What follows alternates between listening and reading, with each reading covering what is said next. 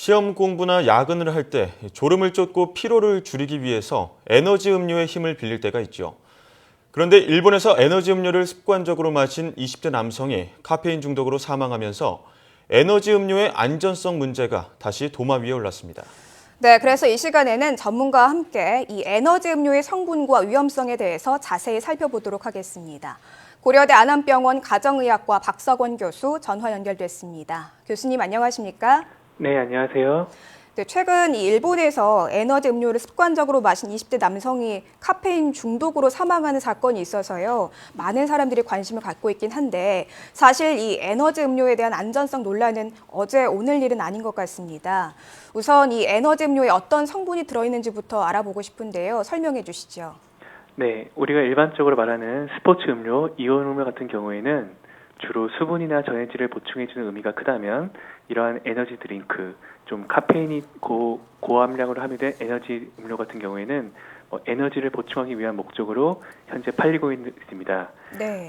그래서 이러한 음료에는 주로 이제 각성이나 집중력, 운동 능력들을 일시적으로 높이는 효과가 있다고 마케팅이 되고 있고, 이 안 내부에는 카페인, 또 포도당, 타우린, 각종 비타민, 또 식물성 추출물, 또 맛을 좀 좋게 하기 위한 설탕, 감미료 등을 포함하고 있습니다. 네, 그렇다면 이렇게 카페인이 함유된 음료를 마시면 우리 신체는 어떤 변화가 나타날까요? 기본적으로 카페인이라는 것은 체내 흡수가 굉장히 빠르기 때문에 혈관을 통해서 한 5분 정도면 몸 전체 확산이 되게 있습니다. 카페인이 체내 흡수가 되면 콩팥 위에 있는 부신을 자극해가지고 아드레날린 호르몬들이 많이 분비가 되게 되면 이에 의해서 심장이나 뇌나 근육 이런 것들에 대해서 활동을 항진시키게 됩니다. 네. 특히 심장 같은 경우에는 심박수가 빨라지면서 혈압도 오르고 맥박이 빨라지게 되고 뇌에는 각성 효과를 초래해서 불안, 초조함 등의 부작용이 생길 수 있습니다. 네. 지금 말씀해 주신 내용 중에 있는 것 같은데 에너지 음료 마시면 심장이 빨리 뛰는 것 같다 이렇게 말씀하시는 분들 실제로 계시거든요.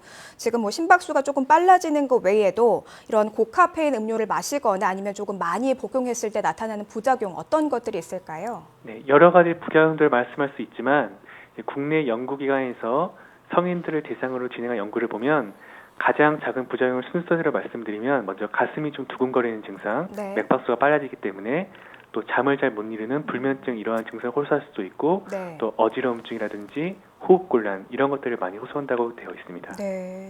예, 가슴 두근거림이나 불면증, 어지러움증을 호소하는 분들도 계시다는 말씀을 해주셨는데 반대로 건강 상태에 따라서 작은 양의 카페인도 위험한 경우도 있지 않습니까?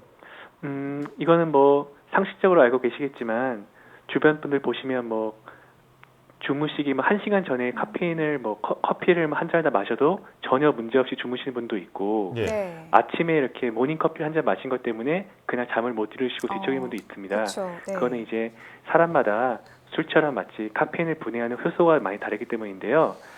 이거는 이제 연구 결과에 대해서 딱 정확하게 밝혀진 건 없지만 좀 유전적인 차이로 생각이 되고 있습니다. 그렇기 때문에 이런 식으로 이제 카페인에 대해서 그런 분해한 효소가 부족한 분들은 가능하면 카페인을 피하거나 최소한의 양만 섭취하는 걸 권유드리고 있습니다. 네, 체질이나 건강 상태에 따라서 카페인에 조금 민감한 분들은 카페인 음료 좀 조심하는 게 좋을 것 같습니다. 그런데 이 카페인이 든 에너지 음료는 주로 좀 졸리거나 피곤할 때 정신을 좀 바짝 차리고 싶어서 마시게 되거든요. 그런데 이렇게 좀 피곤한 상태에서 에너지 음료를 마시면 몸에 더 해롭다고 하던데 이게 사실인지도 궁금합니다. 기본적으로 이제 하루에 이제 적당한 카페인 섭취량이 어느 정도 권고가 되고 있기 때문에 네. 그 이하로 마실 경우에는 특별한 경우가 아닌 이상 아주 몸에 해로운 효과를 보일 것 같지는 않고요.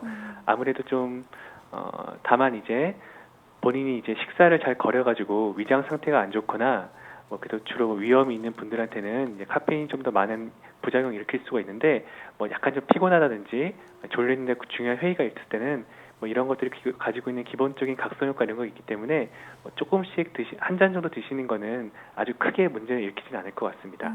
예, 한 잔 정도는 괜찮지만 위험이 있으시거나 위장 상태가 안 좋은 분들은 주의하셔야 될 것 같은데요. 그리고 또 이번에 일본에서 카페인 중독으로 남성이 사망하면서 에너지 음료에 대한 경각심이 커지고 있는데 이 카페인이 든 음료를 습관적으로 마시는 분들은 또 카페인에 중독된 것 같다 이런 표현도 종종 사용을 하시거든요. 실제로 네. 카페인에 대한 의존도가 높은지 혹은 카페인에 내가 중독이 됐는지 어떻게 판단할 수 있을까요? 마치 뭐 알코올 중독, 또 흡연에 의한 니코틴 중독이 있는 것처럼 이런 카페인에 대해서도 중독을 요즘 쓸 수가 있을 것 같습니다. 주변 분들 보거나 아니면 커피를 뭐 습관적으로 작업하면서 달고 사시는 분들은 네. 하루에 뭐 3잔, 4잔도 큰 사이즈로도 드시는 분들이 있는데 네. 예. 이런 카페인 중독을 뭐 진단을 내린다는 게 정확히 나와 있는 건 아니지만 일반적인 임상 증상을 두고 봤을 때 이제 카페인을 뭐 안 마시거나 아니면 마시는 도중이라도 이런 불면증이나 심장 두근거림, 항상 뭐 신경 과민 증상이 보이거나 만성적으로 보이는 소화불량이나 속쓰림, 또 소변을 자주 보거나 설사를 자주 하고 좀 이런 것들이 보일 때는 근데 이런 분들이 주로 커피를 습관적으로 많이 마시거나 고에너지 음료를 마신다면 좀 카페인 중독에 의한 그런 것이 아닐까 좀 의심해 볼 수 있을 것 같습니다. 네, 뭐고 좀 속쓰림 증상이 있다거나 좀 심장이 빨리 뛰는 증상이 있는 분들은 카페인 음료 좀 멀리하시는 게 좋을 것 같네요. 네. 네, 아까 한 잔 정도는 괜찮다고 설명해 주셨는데 네. 구체적으로 하루 평균 적당한 카페인 섭취량은 어느 정도인지도 궁금하거든요. 네. 일단은 국내에서 공식적으로 식약청에서 권장하는 카페인 권장을 말씀드리면 네, 성인 같은 경우에는 하루에 400mg 이하로 먹게 되어 있고 네, 또 임산부는 300mg 이하, 또 어린이나 청소년 같은 경우에는 체중 1kg당 2.5mg으로 되어 있습니다. 쉽게 말해서 50kg의 청소년이라고 하면 이제 125mg로 되겠죠. 이게 좀 와닿지 않을 수가 있는데 일반적으로 시중에 많이 팔리는 고 카페인 에너지 음료 같은 경우에는 약 한 캔에 50mg에서 한 100mg 정도의 카페인이 함유가 되어 있습니다. 평균적으로 60mg 들어 있고 그리고 커피 믹스라든지 시중에 팔리는 캔커피 같은 경우에는 약 70mg 정도의 카페인이 함유가 되어 있고요. 예. 시중에 파는 그 커피 전문점에서 파는 일반적인 사이즈의 뭐 아메리카노 같은 경우에는 약 150mg 정도의 카페인이 함유되어 있다고 보고 있습니다. 권장량보다는 조금 낮은 정도의 함유량을 갖고 있는 것 같은데요. 네. 예, 이 술을 에너지 음료와 섞어 마시는 것도 요즘에 유행처럼 번지고 있는데 이런 경우도 상당히 위험할 것 같거든요. 끝으로 카페인이 함유된 음식을 먹을 때 유의할 점에 대해서 간략하게 정리해 주시죠. 네, 알겠습니다. 먼저 이제 제 술 얘기도 좀 드리겠습니다. 일단은 그 카페인 같은 경우에는 이제 성인에 대해서는 400mg 정도로 아주 그 한계치가 낮게 설정된 건 아니기 때문에 예. 너무 많이 드시면 안 되면 될 것 같고요. 네. 제가 좀 말씀드리고 싶은 거는 청소년 같은 경우에는 요즘에는 이제 커피를 중고등학생들도 습관적으로 많이 마시는 경우가 있다고 합니다.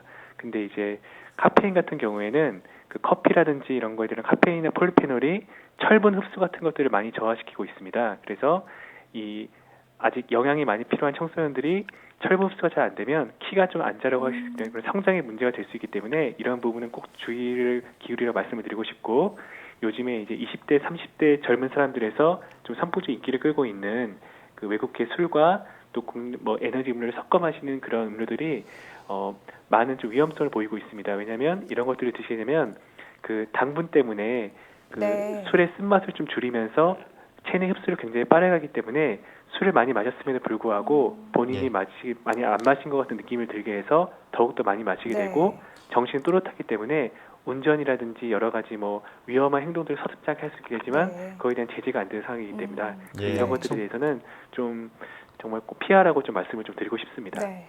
예, 알겠습니다. 청소년기 특히 이 커피 습관적으로 마시는 거 주의하시는 게 좋을 것 같습니다. 지금까지 고려대 안암병원 가정의학과 박석원 교수와 함께 이야기 나눴습니다. 교수님, 오늘 말씀 잘 들었습니다. 네, 감사합니다.